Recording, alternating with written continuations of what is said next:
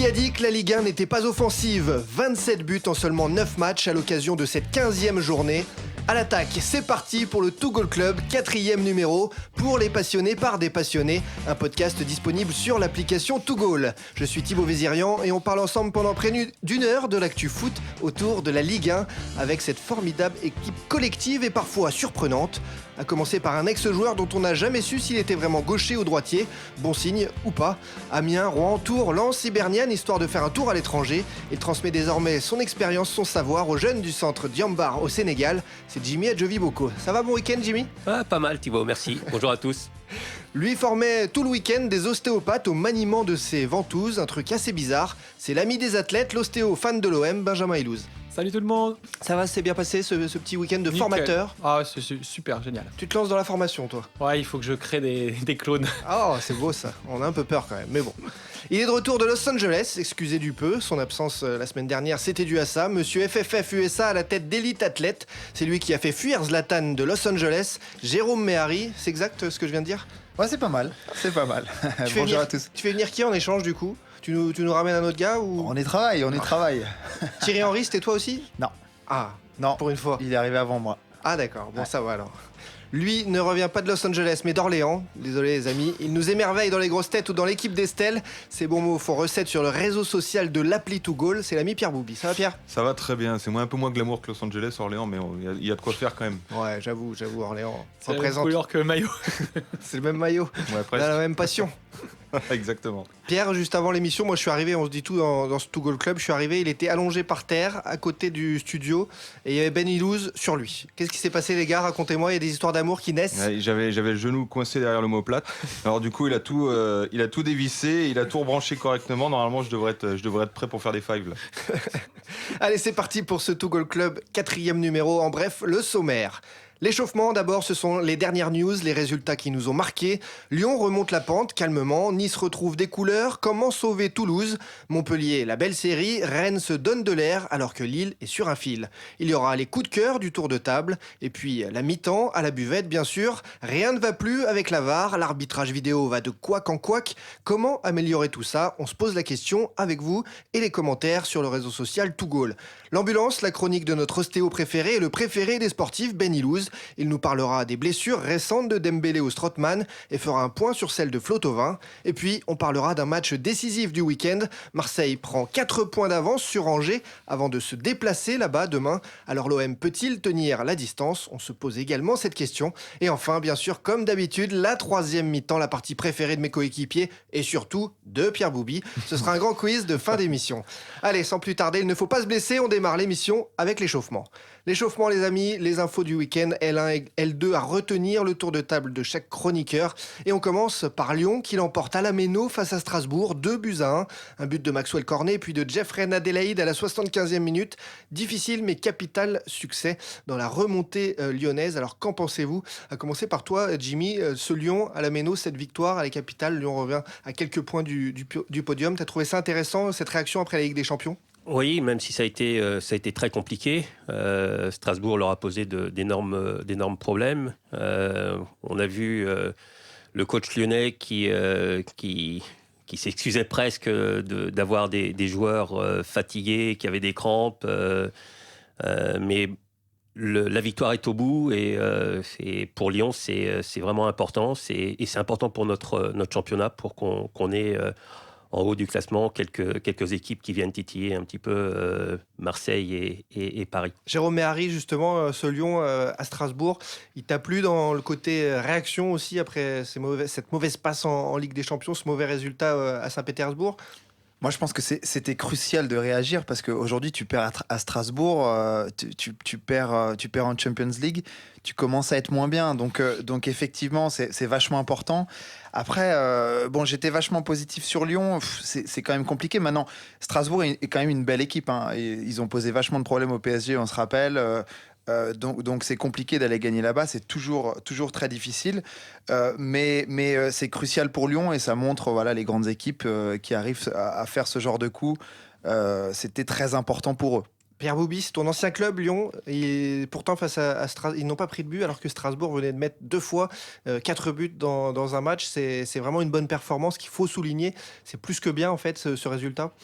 Ouais, gagner à la Méno, c'est quand même très compliqué. Au-delà du public, du stade et tout ce qu'il y a autour, ça reste. Je dis sans en prendre, mais ils en ont pris un. Ouais, ils en ont pris un. Ouais. Et personne ne reprend. Mais enfin, Non, mais bon, écoute, tu dis ce que tu veux, t'es le chef de toute façon, donc on est d'accord. Hein. Et je pense que c'est, sur la physionomie du match, on s'est bien rendu compte qu'ils étaient venus là pour prendre un résultat. Ça n'a pas toujours été très beau, très efficace, mais bon, ils ont encore de paille qui manque beaucoup, on le voit de toute façon. Et voilà, je tiens à saluer moi la perf de Cornet qui vit une carrière. C'est un peu compliqué son histoire là avec Lyon, complètement hors du groupe. Là, il revient de nulle part parce qu'il y a des blessés, des suspendus. Il fait un but, une passe décisive. Puis je suis content que Reine Adélaïde marque et confirme une fois de plus qu'il mérite justement d'être l'un des piliers de cette équipe. On l'a encensé la semaine dernière dans le Togo Club. Ouais, non, mais moi je c'est un vrai je reste bon joueur, catégorique. Je reste catégorique sur le fait que c'est lui qui va prendre les rênes quand il n'y aura pas de paille ou d'autres. Toujours. Ça, c'est toujours beau, les ça, bons Pierre. mots. Bien C'est joué, vrai, Pierre. putain, mais tu te rends compte que je le fais même pas exprès en plus. Hein. C'est ça le talent. Ouais, mais écoute. Non, mais je suis content. Je pense que c'est le début d'une marche en avant. Et puis le classement ressemble de plus en plus à un vrai classement de Ligue 1 avec des vrais chocs qui vont se créer en haut du tableau. Tant mieux. Même si ça continue de se resserrer vite, parce qu'on parlera de Rennes, qui a gagné enfin ce week-end et qui revient déjà à 3 points du podium, donc ça va très vite dans cette Ligue 1. Un point sur Lyon, on continue avec notre ostéo. Blessure de Léo Dubois, Ben Ilouz. Dis-nous ce qu'il en est, il est absent jusqu'à la trêve. Ça a l'air d'être le ménisque, vu comment il se tenait le genou. Donc le ménisque, ça va, c'est une opération assez bénigne, on va dire. Ça va prendre un bon mois.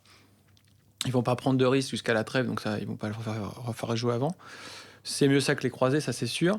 Mais on voit quand même que la fatigue est là et que ça commence à tomber. Donc là, quand on enchaîne tous les 3 jours, je pense que Lyon a du souci parce que ça tombe et c'était encore très limite sur ce match. Le ménisque, ça prévient pas? C'est la fatigue, c'est rien d'autre, c'est d'autres choses justement, c'est quoi?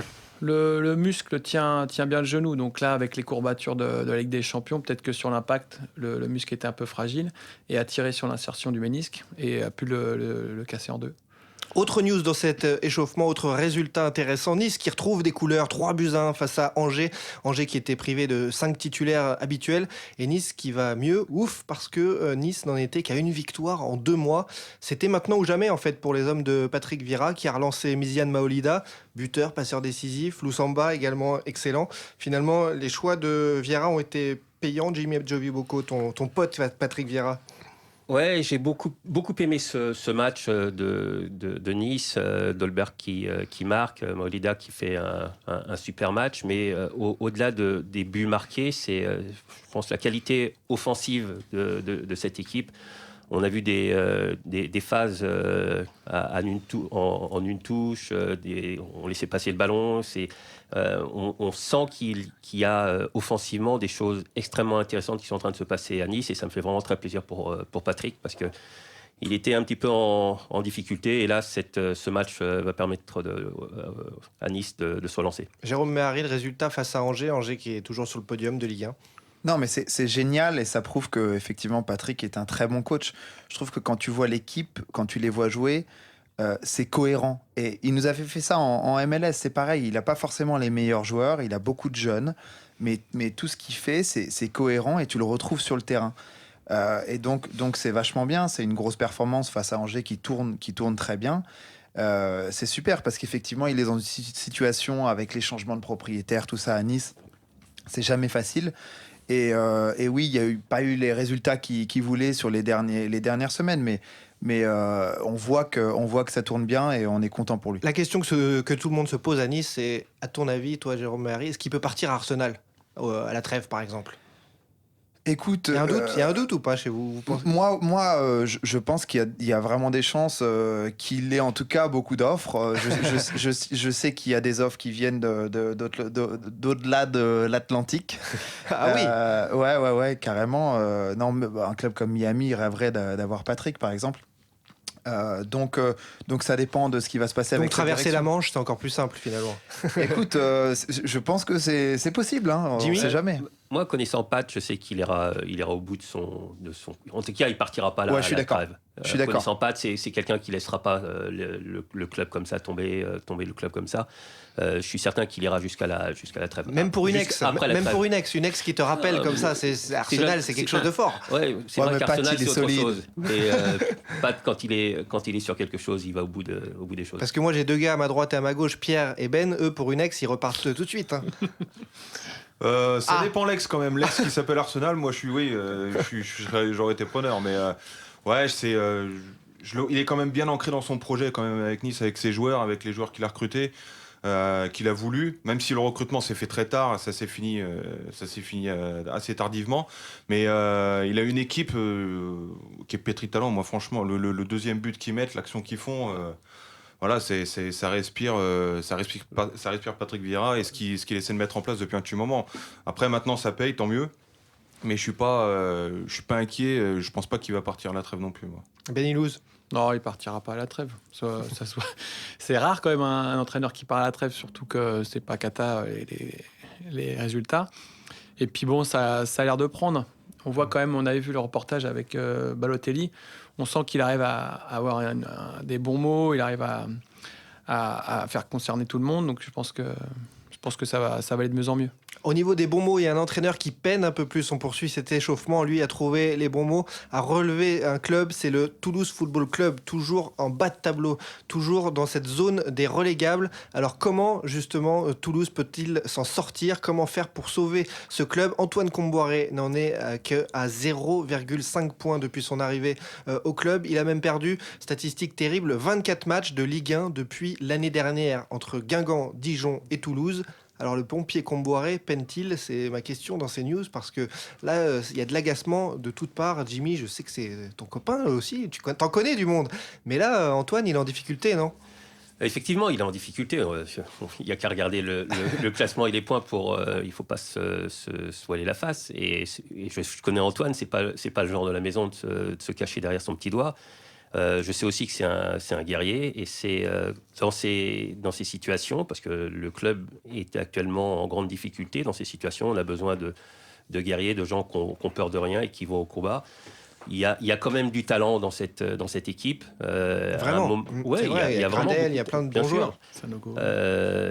Et je suis persuadé qu'il va trouver le moyen de fédérer tout le monde pour sortir le club de cette impasse. Pierre Boubi, ce match à Nantes, cette défaite de ces buts, c'est frustrant.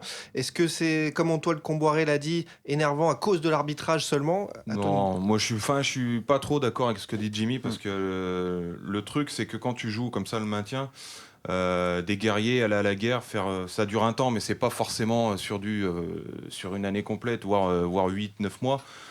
C'est compliqué. Il y a le message, il rentre les 3 premières semaines. Après, c'est toujours la même chose. Il faut quand même un schéma de jeu, quelque chose, des idées de jeu pour réussir à gagner des matchs. Et on a l'impression un petit peu, quand je les vois jouer, qu'il n'y a pas d'automatisme, il n'y a pas de schéma préférentiel, il n'y a pas de. Je vois pas où il veut en venir en fait. Si on se contente de dire on va à la bagarre pour aller gagner des matchs. C'est bien en fin de saison, quoi. Ouais, ça marche quoi. pas toujours, quoi. Surtout, est-ce que tu les as, les guerriers, dans le vestiaire? T'as plein de talents, hein, attention, hein, mais est-ce que tu les as, les guerriers? Mais ça, j'adhère aussi. Hein. Est-ce que c'est une équipe qui est faite pour lutter contre la relégation, finalement, à la différence de Nîmes ou d'autres clubs? Puis là, ils en ont marre. Ça fait ça combien d'années? fait la 4e année. Ah ouais, ça fait la 4e année qu'ils sont dans cette situation. Gradel qui sort de Première Ligue et qui arrive en Ligue 1, qui tous les ans il joue la relégation. En plus, c'est un super mec. Il est super fort. Il n'a pas beaucoup joué en Première Ligue 1. Ouais. Il y a quand même. À choisir, je préfère être en Ligue 1 et jouer presque. Hein. À Toulouse. Il y a quand même quelque chose qui m'a déçu sur ce match-là. Les conclusions du coach Comboiré.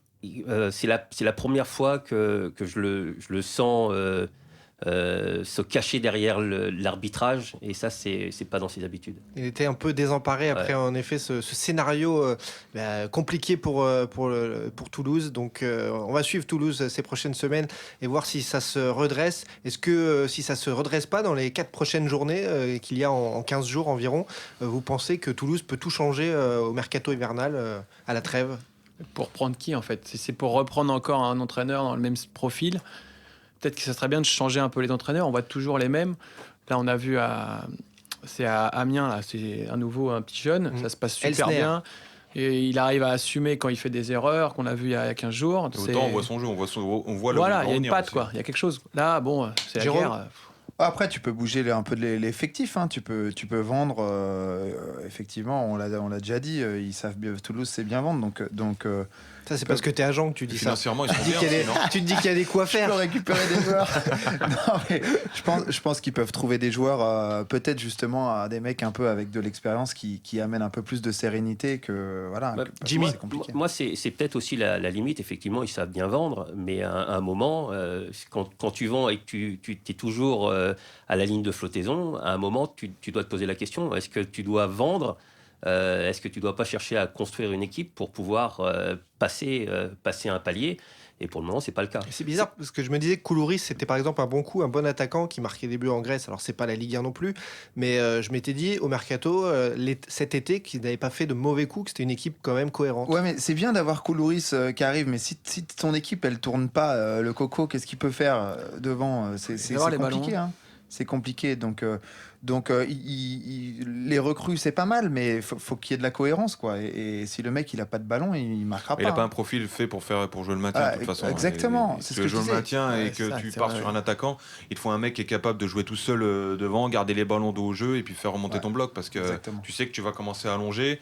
Tu vas être en danger, donc des si coups dans le tous mec les sens. devant est un petit technique à la Ben Yedder ou enfin du calibre de Koulouris, c'est un un super autre joueur. Moi profil, j'aime c'est bien, un moi, autre mais profil. voilà, c'est un profil qu'il faut pas quand tu joues le maintien de toute façon. Et tous derrière, comme à Marseille, c'est tous collés derrière.